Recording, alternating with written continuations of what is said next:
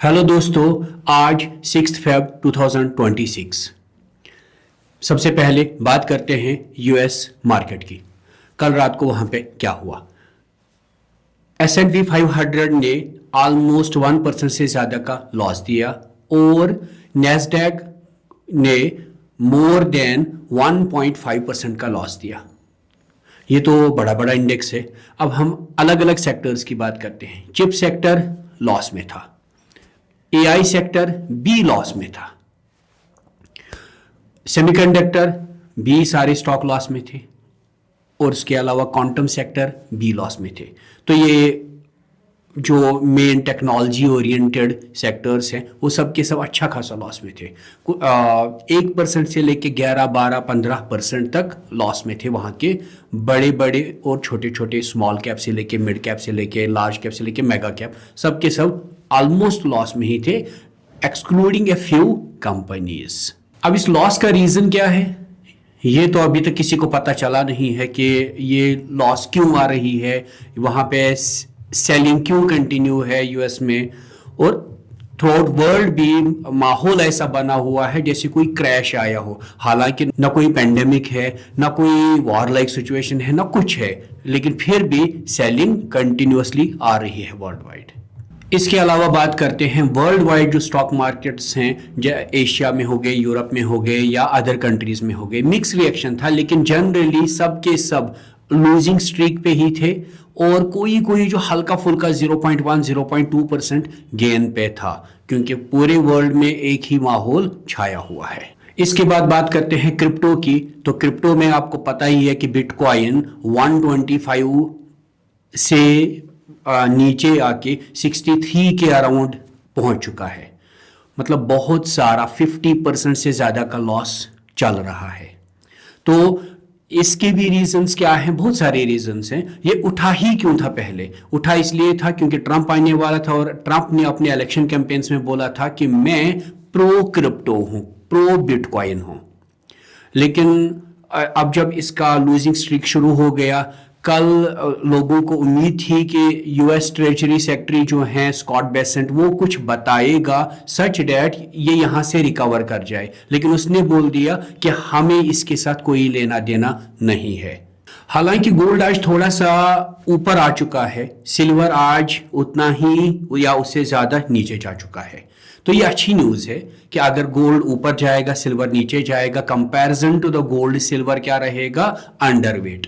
और जब कभी भी आपको पता चले कि गोल्ड टू सिल्वर रेशियो जो है, इनके कॉस्ट का जो रेशियो है वो 60 के ऊपर चला गया, that means gold is healthy against the silver. जब ये 80 के ऊपर जाए that means it's a very good buying opportunity, और जब ये 100 के ऊपर जाए तो उस अपॉर्चुनिटी को मिस नहीं करना है। लेकिन इन सिचुएशंस में क्या खरीदना है? जब ये 100 के ऊपर जाए तो सिल्वर ही खरीदना है, जब ये 80 के ऊपर जाए तो भी सिल्वर ही खरीदना है, जब ये 60 के ऊपर जाए तो गोल्ड सिल्वर इक्वली खरीदने हैं। लेकिन जब ये 50 के अराउंड या उसके नीचे आ जाए, दोनों से बाहर निकल लो। जिस दिन क्रैश आया था द रेशियो वाज अप्रॉक्सीमेटली 47।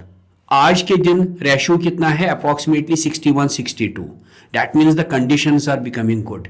और ओवरऑल है ये वर्ल्ड की reserve currency gold as well as silver. तो कहीं ना कहीं अगर आपकी इसमें इन्वेस्टमेंट ऑलरेडी है, स्टे इन्वेस्टेड। अगर आप डिप खरीदना चाहते हो तो थोड़ा थोड़ा पैसा आप डालना शुरू कर सकते हो। तो इंडियन मार्केट की अब बात करते हैं कि इंडिया में आरबीआई ने बोल दिया हम लोग अपना रेपो रेट जो है मेंटेन करने वाले, हम कोई कट नहीं देने वाले।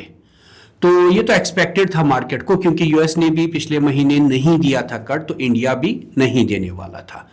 इसके अलावा गवर्नमेंट ऑफ इंडिया ने एक और क्लैरिफिकेशन दे दिया कि यूनियन बजट में इंडियन गवर्नमेंट ने बोला था कि हम लोग कोई भी क्लाउड सर्विस जब इंडिया आएगी हम लोग उसको टैक्स हेवन दे देंगे 20 ईयर्स का, starting from 2026-27 year to the 46-47 year कोई टैक्स नहीं लगेगा। आज उन्होंने उसका क्या क्लैरिफिकेशन दिया? जो भी क्लाउड सर्विस इंडिया में आएगी, चलिए एक एग्जांपल से समझाता हूं। मान के चलिए अमेजॉन इंडिया में आता है क्लाउड सर्विस लेके, और इंडिया में कहीं पे XYZ जगह पे अपना क्लाउड शुरू करता है, तो जो वो सर्विसेज बाकी की कंट्रीज को देगा एक्सक्लूडिंग इंडिया, तो वो टैक्स फ्री है। अगर वो इंडिया में कोई भी सर्विस देता है इंडियंस को, तो वो डायरेक्ट नहीं दे सकता, उसको कोई ABC कंपनी को हायर करना पड़ेगा, उसके साथ कोलैबोरेशन करना पड़ेगा, और वो जो ABC कंपनी है उसको इंडियन गवर्नमेंट नॉर्मली वो टैक्स लेगी। मतलब मॉडल आप समझ रहे हैं कि अगर आपको मेरे को कुछ भी खरीदना है, that will be including the taxes, because we will be buying it from ABC company, और ABC कंपनी को टैक्स लग रहा था, तो हम लोग टैक्स पे कर रहे हैं, ABC टैक्स पे कर रहा है, लेकिन वो जिससे खरीद रहा है अमेजॉन से, उसको टैक्स पे नहीं करना है, और वो डायरेक्ट सेलिंग भी नहीं कर सकता। मतलब आप इंडिया को a sort of manufacturing hub बना सकते हो। अब इसमें पॉजिटिव थिंग क्या है? पॉजिटिव थिंग ये है कि Indians are being encouraged to set up the data centres for the world.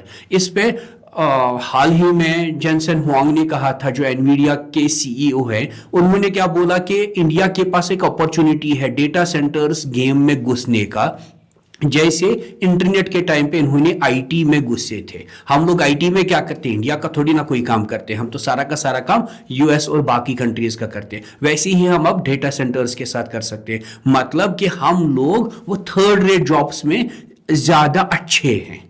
और पैरेलली आपको पता ही होना चाहिए कि डेटा सेंटर्स में क्या लगता है, बहुत सारी एनर्जी, बहुत सारा पानी और एटमॉस्फेरिक पोल्यूशन दुनिया भर का, तो ये हमारे हिस्से में आता है।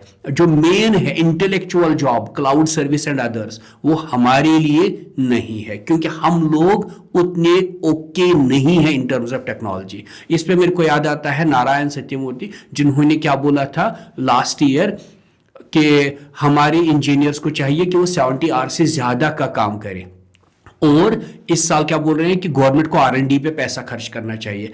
उनसे कोई ये नहीं पूछ रहा कि आपके पास बहुत सारी स्टेट्स का जो GDP है उससे ज्यादा आपके पास पैसा है, लेकिन आपने कौन सा R&D किया?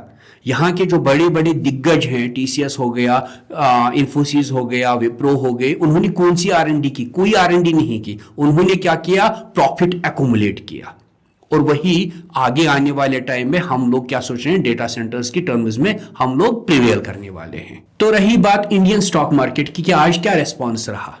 IT बेचारा फिर से एंथ्रोपी के डर से बहुत नीचे खुला था, और अल्टीमेटली 1-1.5% की 1 से 2% में क्लोज भी हो गया, नेगेटिव 1 से 2%। बाकी के सारे सेक्टर ऑलमोस्ट डामाडोल ही थे, 0% के अराउंड ही चल रहे थे, अल्टीमेटली पॉजिटिव में ही क्लोज हुए बहुत सारे सेक्टर्स, और कुछ सेक्टर्स ऐसे भी हैं जो नेगेटिव में भी बंद हुए। तो अल्टीमेटली हम कह सकते हैं कि इंडिया में कोई बड़ा ब्रेक थ्रू अभी के टाइम पे नहीं दिख रहा। हालांकि हमने अपना GST भी 2.0 वगैरह लगा के ठीक कर दिया था, यूरोप के साथ भी ट्रेड डील साइन करा था, US के साथ भी करा था, लेकिन तो भी हमारे स्टॉक्स में कोई अच्छाई नहीं हो रही, हमारी इकोनॉमी कोई बढ़ोतरी नहीं हो रही। तो रीजन क्या हो सकता है? तो रीजंस आपको भी पता है और मुझे भी पता है, उन पे बात करने की जरूरत नहीं है। तो अपडेटेड रहने के लिए फॉलो करिए मुझे सभी सोशल मीडिया चैनल्स पे, और सब्सक्राइब करिए मेरा चैनल, और बेल आइकन दबाना ना भूलिएगा, सो डैट आपको रियल टाइम इंफॉर्मेशन मिलती रहे। Thank you.